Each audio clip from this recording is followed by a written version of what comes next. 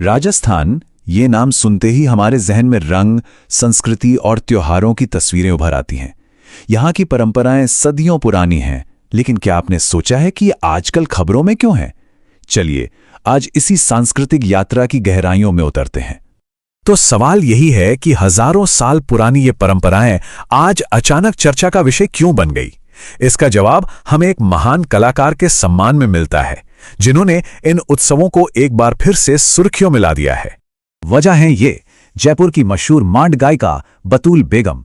हाल ही में इन्हें भारत के एक बहुत ही प्रतिष्ठित सम्मान पद्मश्री से सम्मानित करने की घोषणा की गई है। वो मारवाड़ महोत्सव जैसे त्योहारों की एक जानी मानी कलाकार रही हैं और उनके इस सम्मान ने इन त्योहारों और उनकी कला को एक बार फिर से नेशनल स्टेज पर लाकर खड़ा कर दिया है। अच्छा, इन त्योहारों के दिल तक पहुंचने के लिए हमें सबसे पहले उनके समय के चक्र को समझना होगा। ये सभी उत्सव एक खास कैलेंडर को फॉलो करते हैं, जिसे कहते हैं द विक्रम संवत।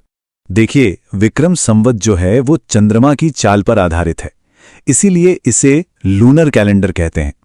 लेकिन जो हमारा सोलर ईयर होता है वो थोड़ा लंबा होता है, तो इस अंतर को बराबर करने के लिए हर 3 इयर्स में एक एक्स्ट्रा महीना यानी अधिक मास इसमें जोड़ दिया जाता है।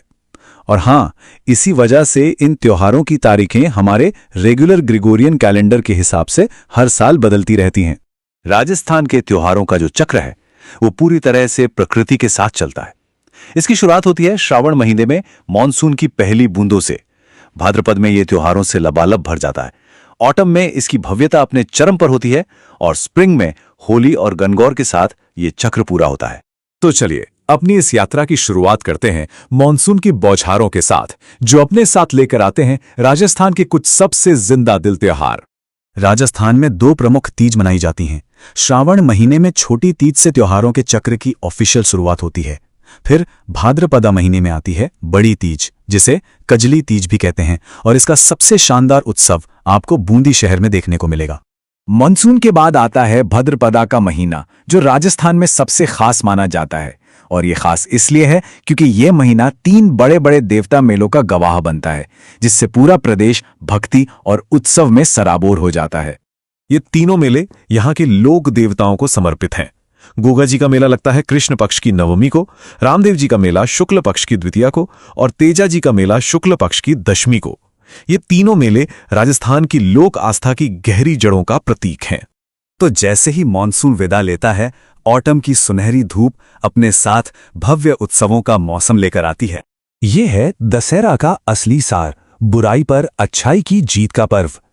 लेकिन राजस्थान में ये सिर्फ एक उत्सव नहीं, बल्कि वीरता, शस्त्र पूजा और शुभ संकेतों का एक बहुत ही अनूठा संगम है।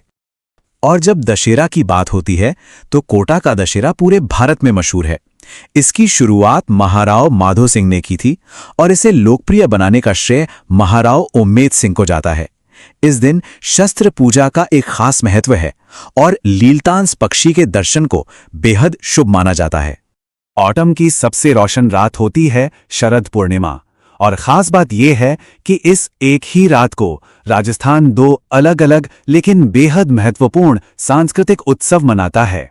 एक ही पूर्णिमा की रात जहां जोधपुर में मारवाड़ महोत्सव लोक कला और माण गायन का जश्न मनाता है, वहीं दूसरी ओर चित्तौड़गढ़ में मीरा महोत्सव भक्ति और आध्यात्मिकता में डूबा होता है। सर्दियों की शांति के बाद स्प्रिंग का मौसम नई ऊर्जा और नए रंगों के साथ आता है।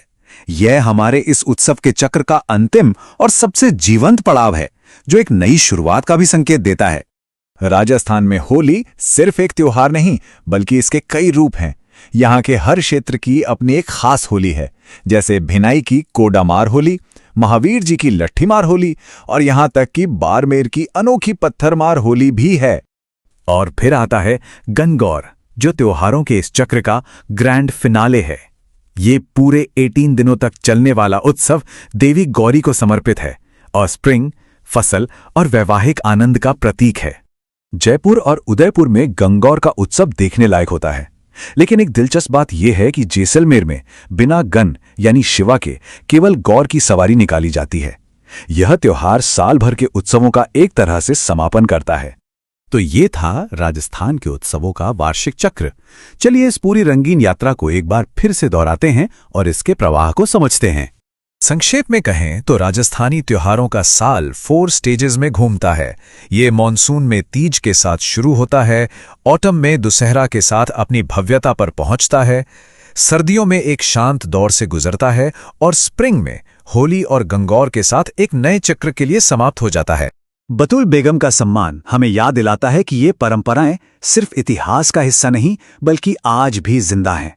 तो सवाल ये उठता है कि इस तेजी से बदलती दुनिया में ये प्राचीन रिवाज कैसे प्रासंगिक बने रह सकते हैं और भविष्य में भी कैसे फलते फूलते रहेंगे। Thank you for watching this video. अगर ये वीडियो आपको पसंद आया हो तो लाइक जरूर करें, शेयर करें उन दोस्तों के साथ जिन्हें यूपीएससी, लॉ या जनरल नॉलेज की तैयारी करनी है, और हाँ, सब्सक्राइब करें। आप अपने सुझाव या सवाल नीचे कमेंट में लिख सकते हैं। यूपीएससी एंड कॉम्पिटिटिव एग्जाम की गाइडेंस या मेंटरशिप के लिए संपर्क करें। Our contact information is given in description. धन्यवाद। मैं हूं कृणाल ठाकुर। मिलते हैं अगले भाग में। जय हिंद।